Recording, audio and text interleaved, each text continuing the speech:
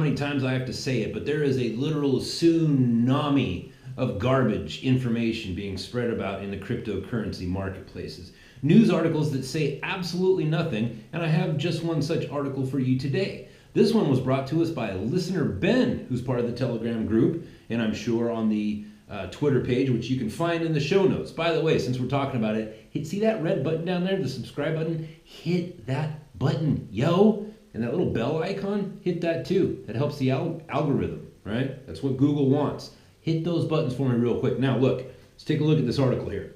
Ethereum price drops below 800 as bears take control. Scroll, scroll, scroll. If you read the article, now listen, this is partially due to the recent Ethereum price decline of 7.62%, although Ethereum has not suffered much of a loss compared to the Bitcoin value itself. Bitcoin is certainly dragging all altcoins with it at this rate. Here, listen, unless Ethereum can gain momentum over Bitcoin, the US dollar value of this altcoin will not go up anytime soon. Moreover, with the Ethereum Bitcoin ratio declining as well, there's no Ethereum price improvement in sight as of right now. Now listen, here's the thing. That was a whole paragraph of really big words that say, unless the value of it goes up, the value will not go up, right? As the way listener Ben said it on Telegram, he said, that's like saying that the price decline is due to a declining of value, right? There are tons of this kind of content in cyberspace. You can read these articles and it's like, I just read, it's like empty calories. It's like, this article is literally the top ramen of news stories. You know what I mean? Like it might fill your belly, but there's nothing there. You just said that the value of something isn't going to go up unless it goes up, right? Also, if you read this article, and I strongly recommend that you don't, because you will leave the exit, you'll exit the experience actually being dumber. But one thing that this article says is that people who hold Ethereum would prefer that the value of Ethereum was higher, right? Like, why would you even sit down and type that out? Moreover than that, though, most importantly, somebody actually paid this guy for this article, right? Could have been $50, could have been $500. There's a lot of money in blogging, and somebody paid this guy for this blog, where he just used a bunch of words. Well, at the London School of Economics, we learn that if the price of something goes down, it's because fewer people were interested in buying it. You know what I mean? It's like, what did you just say? You just said nothing. And that's the kind of news that we see every single day in the cryptocurrency market. Now, why is this important to you? Right? Am I just going on a rant trying to pick on this guy? I'm not. I've not read anything else from this guy. Maybe he's a really good writer and he was just having an off day. Maybe he just wrote it up as a joke, submitted it, and this news source decided to cut him a check. I don't know. Maybe he's a good dude.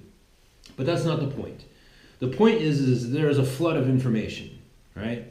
You have to be very careful about what it is that you select to put into your brain, right? And you also have to keep a sense of humor about yourself. And that is important because we are living in an ever more growing humorless society.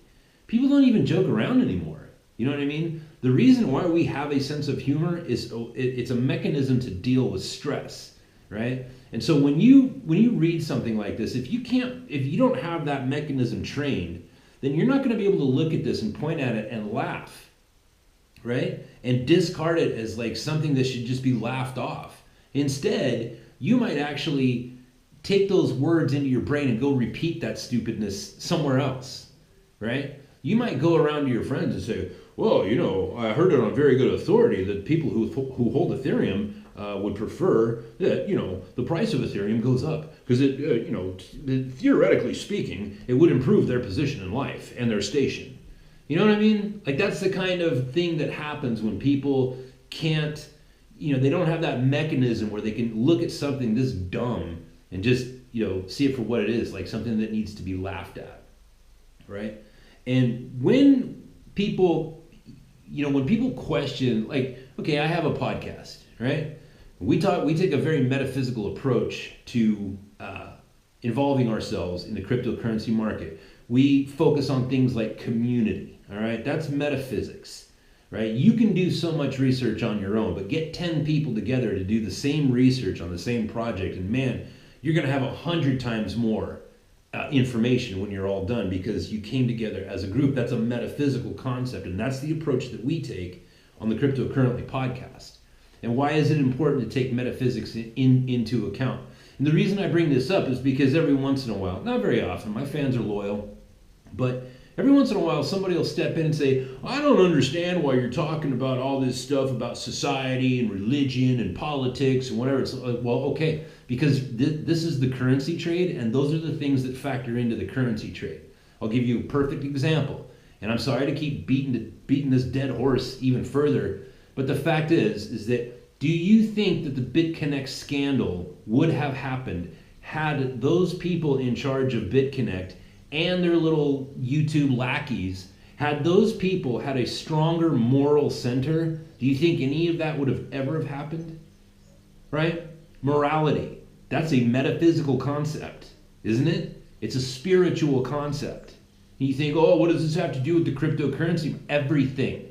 It has everything to do with it. If those people at BitConnect had any sort of morality whatsoever, any sort of moral compass, they would have never have endeavored to burn all those people who were just trying to make a little money, right? Just trying to be a part of something bigger than themselves. But no, those people didn't have a moral center, and that's why they walk around laughing as they, all the way to the bank. Well, now all the way to the courtroom. Wink. You know what I mean? Morality. It plays in, right? It takes a complete vacuum of morality to steal people's cryptocurrencies off of an exchange. You have to have absolutely no regard for humanity to be able to do that. And you don't think that those things affect you?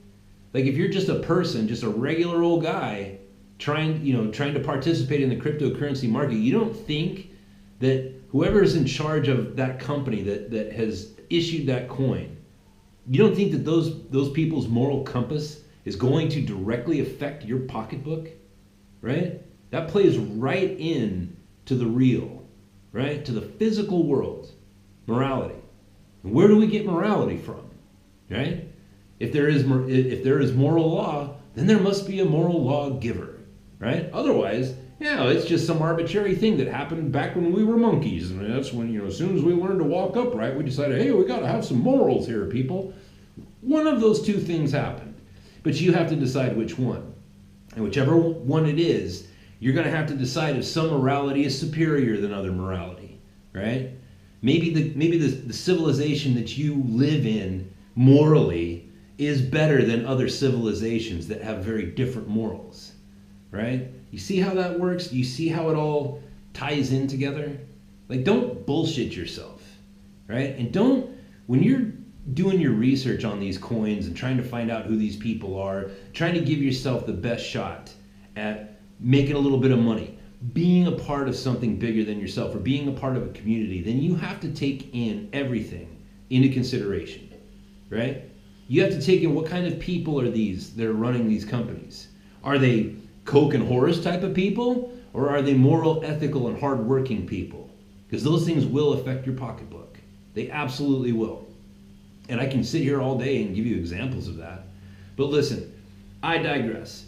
Stay away from these empty calorie type articles. Like if you read something like that, if you have the misfortune of reading an entire article like that, laugh it off, right? Find the humor in it and move on. And if you read another article where it's talking about, like, in today's news, we found out that the U.S. Marshals are going to be having an auction on some Bitcoin that they came into possession with the whole Silk Road thing. And one of the people that had their Bitcoin seized by the federal government was an actual Secret Service agent. That Secret Service agent was tasked and swore an oath to protect the United States from the kind of enemies that the Secret Service goes after. And that guy turned, right? He became Judas in the gospel of Bitcoin. And now he gets to go to prison for the rest of his life, right? He swore an oath and he broke his vow to you and me.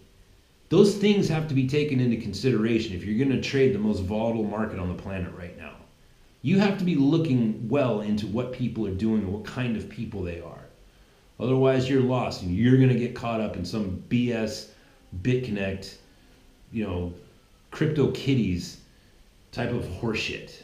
Anyways, that's the show for today. Like I said, hit the subscribe button, hit like if you want to join the podcast. It's down in the show notes there. Be a part of the community. We welcome everybody who wants to come. We'll talk to you later.